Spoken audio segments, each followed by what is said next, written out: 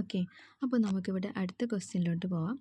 Fifth question, in the figure A B C D is a parallelogram. ഇവിടെ A B C D എന്ന് പറയുന്നത് ഒരു പാരലലോഗ്രാമാണ്. ഈ പാരലലോഗ്രാമിൻ്റെ കാര്യങ്ങളാണ് ഇനി പറയുന്നത്. C A D is equal to 25 degree. Angle C A D എന്ന് പറയുമ്പോൾ ഇവിടെയാണ് വരുന്നത്. ഇത് 25 ഡിഗ്രിയാണ് അല്ലേ? യെസ്, കറക്റ്റ് ഇങ്ങനെയായിട്ട് വരുന്നത്. ഞാൻ വരച്ചെടുത്ത് കുറച്ച് ബുദ്ധിമുട്ടുണ്ടാവും. ഓക്കെ, സി എ ഡി 25 ഡിഗ്രിയാണ്. എ സി ഡി എന്ന് പറയുമ്പോൾ ഏതാ വരുന്നത്? എ സി ഡി ഇത് വരുന്നത് 55 ഡിഗ്രിയാണെന്ന് പറഞ്ഞു. ഇനി നമ്മളോട് ചോദിച്ചിട്ടുള്ളത് എന്താണ്? What is A D C? A D C എന്ന് പറയുന്ന ഈ ആംഗിളാണ് നമ്മളോട് ചോദിക്കുന്നത്. അപ്പോൾ നിങ്ങളിവിടെ ഈ ഒരു പാരലോഗ്രാമിനോട് ശ്രദ്ധിക്കാണ്ട് ഈ ഒരു കാര്യത്തിലോട് ശ്രദ്ധിച്ച് നോക്കി. ഇതെന്താണ്? ഇതൊരു ട്രയാങ്കിൾ അല്ലേ? യെസ്, ഇതൊരു ട്രയാങ്കിളാണ്. ഈ ട്രയാങ്കിളിൻ്റെ രണ്ട് ആംഗിൾസ് നമുക്ക് തന്നിട്ടുണ്ട് ഉണ്ടല്ലോ. ഒരു ട്രയാങ്കിളാണ്. ഇതിവിടെ 25 ഡിഗ്രി തന്നിട്ടുണ്ട്, ഇവിടെയാണെങ്കിലോ 55 ഡിഗ്രി എന്നും തന്നിട്ടുണ്ട്. ഓക്കെ, അപ്പോൾ അങ്ങനെയാണെങ്കിൽ ഇങ്ങനെ 55 ഡിഗ്രി 25 ഡിഗ്രി എന്ന് നമുക്ക് തന്നിട്ടുണ്ടെങ്കിൽ മൂന്നാമത്തെ ഒരു ആംഗിൾ കണ്ടുപിടിക്കാൻ നമുക്ക് അറിയില്ലേ? ഞാനിങ്ങനെ ഒരു ട്രയാങ്കിൾ വരച്ചു. അതിൽ ഇത് 25 ഡിഗ്രിയാണ്, ഇത് 55 ഡിഗ്രിയാണ്. അങ്ങനെയാണെങ്കിൽ നമുക്കിവിടെ മൂന്നാമതൊരു ആംഗിൾ കണ്ടുപിടിക്കാൻ ആദ്യം നമുക്ക് ഈ തന്നിട്ടുള്ള ആംഗിൾ, അപ്പോൾ ആംഗിൾ എയും ആംഗിൾ സിയും നമുക്ക് തന്നിട്ടുണ്ടല്ലോ. അപ്പോൾ അത് രണ്ടും തമ്മിൽ ആഡ് ചെയ്യാം. Angle A plus angle C എന്ന് പറയുന്നത് 25 പ്ലസ് 55 ആണ് അല്ലേ? അത് 80 എന്ന് വരും. അത് തമ്മിൽ നമ്മൾ ആഡ് ചെയ്ത് നോക്കുമ്പോൾ നമുക്ക് എന്ത് കിട്ടും? 80 എന്ന് വരും. അങ്ങനെയാണെങ്കിൽ ആംഗിൾ ഡി എത്രയായിരിക്കും? നമുക്ക് 180 ഈ മൂന്ന് കോണും, ഒരു ത്രികോണത്തിലെ മൂന്ന് ആംഗിളുകളും കൂടെ കൂട്ടുമ്പോൾ നമുക്ക് കിട്ടേണ്ടത്.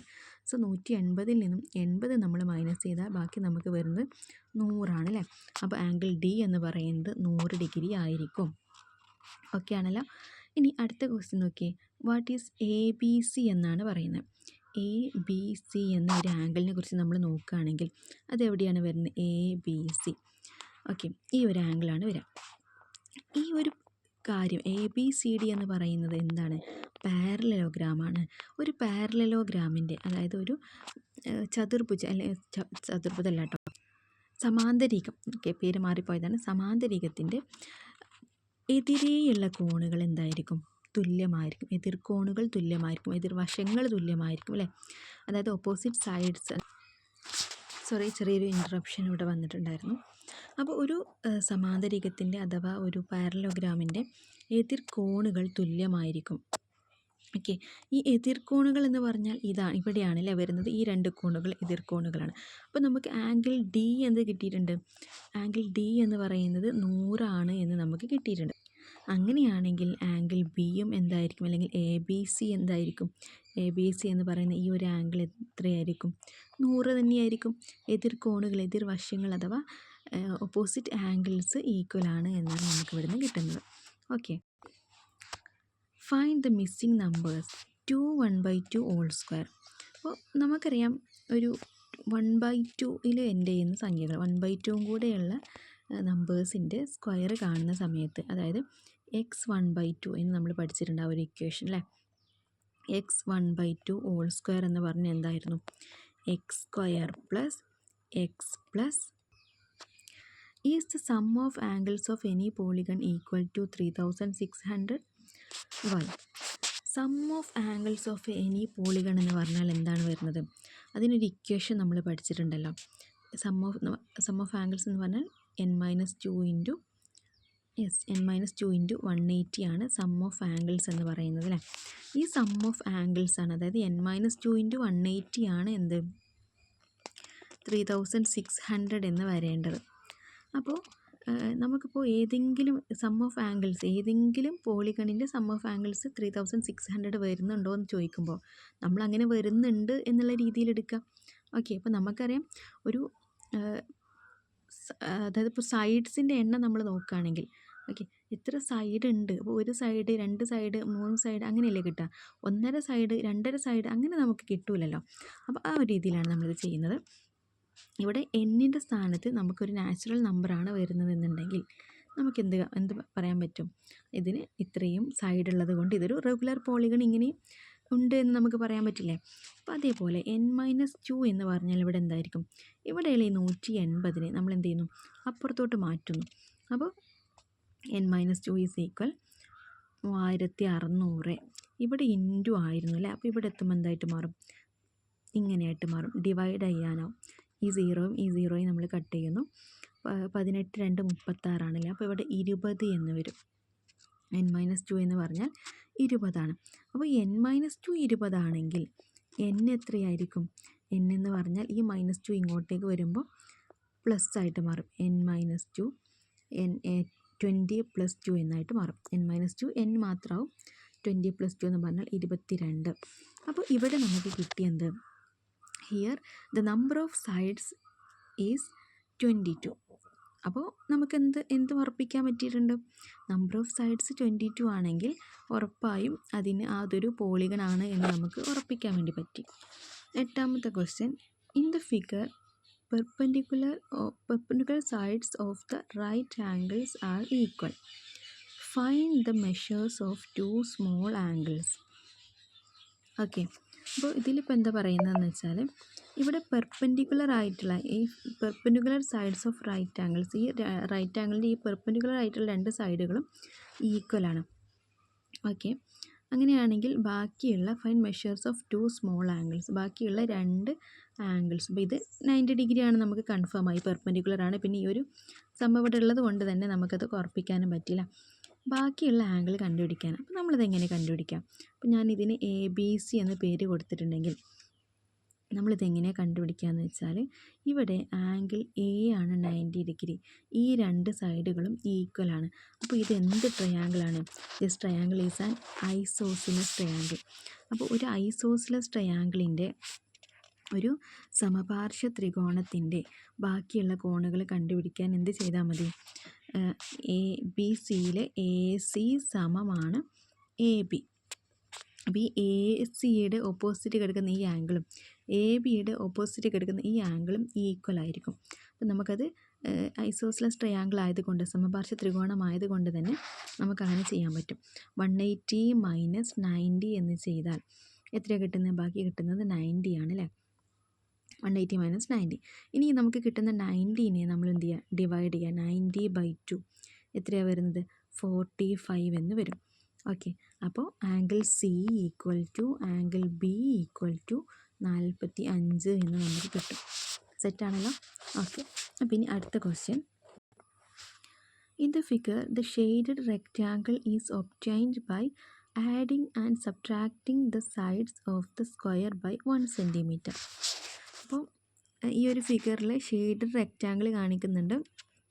ഈ shade rectangle is obtained by adding and subtracting the sides of the square by 1 centimetre എന്നാണ് പറയുന്നത്.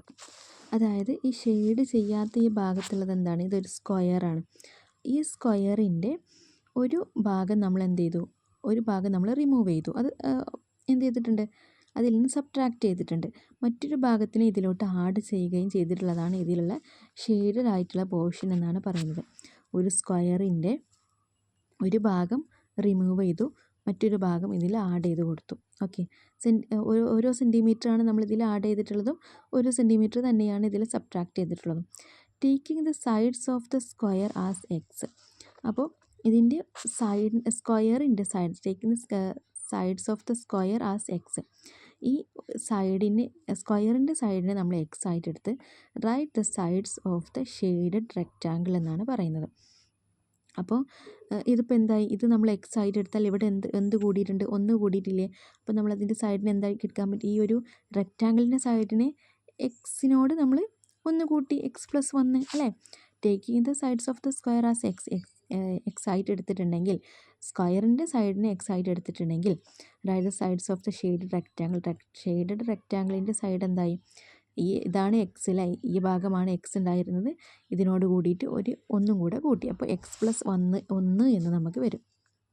ഓക്കെ, ഇനി അടുത്ത ക്വസ്റ്റ്യൻ. അപ്പോൾ ഇത് x+1 എന്ന് കൊടുത്തു. Find the area of the shaded rectangle എന്നാണ് പറയുന്നത്. അപ്പോൾ നമുക്കിവിടെ ഈ ഒരു ഭാഗം, ഇതിനെ നമ്മൾ എന്ത് പറയാം? ഏരിയ കണ്ടുപിടിക്കാനാണ് പറയുന്നില്ല. അപ്പോൾ ഏരിയ കാണുന്നതിനുള്ള ഇക്വേഷൻ ആദ്യം നമ്മൾ അറിയണം. ഓക്കെ, ഒരു റെക്റ്റാങ്കിളിൻ്റെ ഏരിയ കണ്ടുപിടിക്കാനുള്ള ഇക്വേഷനാണ് ലെങ്ത് ഇൻറ്റു ബ്രെഡ്ത്ത് എന്ന് പറയുന്നത്. ഓക്കെ, നീളം ഇൻറ്റു വീതി എന്ന് നമുക്ക് പറയാം. അപ്പോൾ ഇവിടെയുള്ള ലെങ്ത്ത്, ഇപ്പോൾ നമ്മൾ നോക്കുക, ഇവിടെയുള്ള ലെങ്ത്തിനെ നമ്മൾ പറഞ്ഞു എന്താണ് x+1 പറഞ്ഞു അല്ലേ. ഇനി ഇവിടെയുള്ള വീതിയാണെങ്കിലോ, ഈ വീതി അല്ലെങ്കിൽ ബ്രെഡ്ത്ത് എന്ന് പറയുന്നത് എന്താണ്? വീതി എന്ന് പറഞ്ഞാൽ നമുക്കറിയാം ഇതെന്താണ്, ഈ ഒരു ഭാഗമാണ്. നമ്മളിപ്പോൾ സ്ക്വയർ ആണെങ്കിൽ എല്ലാ ഭാഗവും എക്സ് ആണല്ലോ. അപ്പോൾ ഇതിൽ നിന്നും ഈ ഒരു ഭാഗം നമ്മൾ മൈനസ് ചെയ്തിട്ടുണ്ട്. സോ x-1 അല്ലേ. അപ്പോൾ ഏരിയ ഓഫ് റെക്റ്റാങ്കിൾ എന്ന് പറഞ്ഞിട്ട് നമുക്ക് എന്ത് കൊടുക്കാം? ലെങ്ത് ഇൻറ്റു ബ്രെഡ്ത്ത് എന്ന് കൊടുക്കാം. ഇവിടെ ലെങ്ത്ത് വരുന്നത് x+1 ഇൻറ്റു x-1 എന്ന് വരും. ഓക്കെ, x+1 ഇൻറ്റു x-1 എന്നാണ് നമുക്കിവിടെ ആൻസർ കിട്ടുക. ഇതിന് വേണമെങ്കിൽ നമുക്ക് എന്ത് കൊടുക്കാം ഇനി? അപ്പോൾ x+1 ഇൻറ്റു x-1 എന്ന് പറഞ്ഞാൽ അത് x² - 1² ആട്ടോ. x² - 1² ആണ് x+1 ഇൻറ്റു x-1 എന്ന് പറഞ്ഞാൽ. അപ്പോൾ അത് നമുക്ക് അങ്ങനെയും കൊടുക്കാം. ഓക്കെ, അടുത്ത question, which has more area, square or rectangle? അപ്പോൾ നമ്മൾ ആദ്യം എന്ത് ചെയ്യണം? ഇത് x² - 1² ആണ്, ഇത് റെക്റ്റാങ്കിളിൻ്റെ ഏരിയ ആണല്ലേ. അപ്പോൾ നമ്മൾ ആദ്യം ഓരോന്ന് കമ്പയർ ചെയ്ത് നോക്കാം. അതായത് area of rectangle, area of rectangle എന്ന് പറഞ്ഞിട്ട് ഞാൻ AR എന്ന് കൊടുത്തു, x² - 1² എന്ന് കൊടുക്കാം. ഇനി ഏരിയ ഓഫ് സ്ക്വയർ, ഈ സ്ക്വയറിൻ്റെ ഏരിയ എന്ന് പറഞ്ഞാൽ എന്താണ്? സ്ക്വയറിൻ്റെ ഏരിയ നമുക്കറിയാവുന്നതാണല്ലേ, x² ആണ് അല്ലേ. അതാണ്. അപ്പോൾ നമുക്ക് ഇതിൽ നിന്ന് എന്ത് മനസ്സിലാക്കാൻ പറ്റും? സ്ക്വയറിൻ്റെ ഏരിയയാണ് x². ഈ സ്ക്വയറിൻ്റെ ഏരിയയിൽ നിന്നും റെക്റ്റാങ്കിളിൻ്റെ ഏരിയ എന്ന് പറഞ്ഞാൽ അതിൽ നിന്ന് ഒന്ന് മൈനസ് ചെയ്തതാണ്. അപ്പോൾ പൊതുവേ എന്തായിരിക്കും? സ്ക്വയറിൻ്റെ ഏരിയയാണ് കൂടുതൽ എന്ന് നമുക്ക് ഇതിൽ നിന്ന് മനസ്സിലാക്കാൻ പറ്റും. ഓക്കെ, ഇവിടെ നമ്മളോട് ചോദിച്ചിട്ടുള്ളത് one inner angle of regular polygon 135. അതായത് ഒരു ഇന്നർ ആംഗിൾ 135 ആണെങ്കിൽ ഔട്ടർ ആംഗിൾ എത്രയാണെന്ന് കണ്ടുപിടിക്കണം. What is the measure of one outer angle? ഒരു ഇന്നർ ആംഗിളും ഒരു ഔട്ടർ ആംഗിളും, ഇപ്പോൾ ഇത് ഇന്നർ ആംഗിൾ ആണെന്ന് വിചാരിക്കാം. ഈ ഇന്നർ ആംഗിളും ഔട്ടർ ആംഗിളും കൂടെ കൂട്ടുമ്പോൾ നമുക്ക് 180 കിട്ടണം എന്ന് നമ്മൾ പഠിച്ചിട്ടുണ്ട് അല്ലേ. സോ നമ്മൾക്ക് എന്ത് ചെയ്താൽ മതി? ഔട്ടർ ആംഗിൾ കിട്ടാൻ വേണ്ടിയിട്ട് 180 നിന്നും 135 നമ്മൾ മൈനസ് ചെയ്യുക. അപ്പോൾ ഇന്നർ ആംഗിൾ തന്നിട്ട് ഔട്ടർ ആംഗിൾ കണ്ടുപിടിക്കാനാണെങ്കിലും ഔട്ടർ ആംഗിൾ തന്നിട്ട് ഇന്നർ ആംഗിൾ കണ്ടുപിടിക്കാനാണെങ്കിലും എന്ത് ചെയ്താൽ മതി? നമുക്ക് 180 നിന്ന് മൈനസ് ചെയ്താൽ മതി. ഓക്കെ, അപ്പോൾ നമുക്ക് 45 എന്ന് കിട്ടും. ഓക്കെ, 135 ആണ് ഇന്നർ ആംഗിളെങ്കിൽ ഔട്ടർ ആംഗിൾ എന്ന് പറഞ്ഞാൽ 45 ആണ്. ഓക്കെ, ഇത് സെറ്റായെന്ന് വിചാരിക്കുന്നു. അടുത്ത question, how many sides does the polygon have? അപ്പോൾ ഒരു പോളിഗണിൻ്റെ സൈഡ് കണ്ടുപിടിക്കാൻ, നമ്പർ ഓഫ് സൈഡ് അഥവാ കണ്ടുപിടിക്കാൻ എന്താണ് 360 ബൈ ഔട്ടർ ആംഗിൾ ആണ് അല്ലേ. ഔട്ടർ ആംഗിൾ നമുക്കിവിടെ 45 എന്ന് കിട്ടി. അപ്പോൾ n = 360/45 എന്ന് കിട്ടും.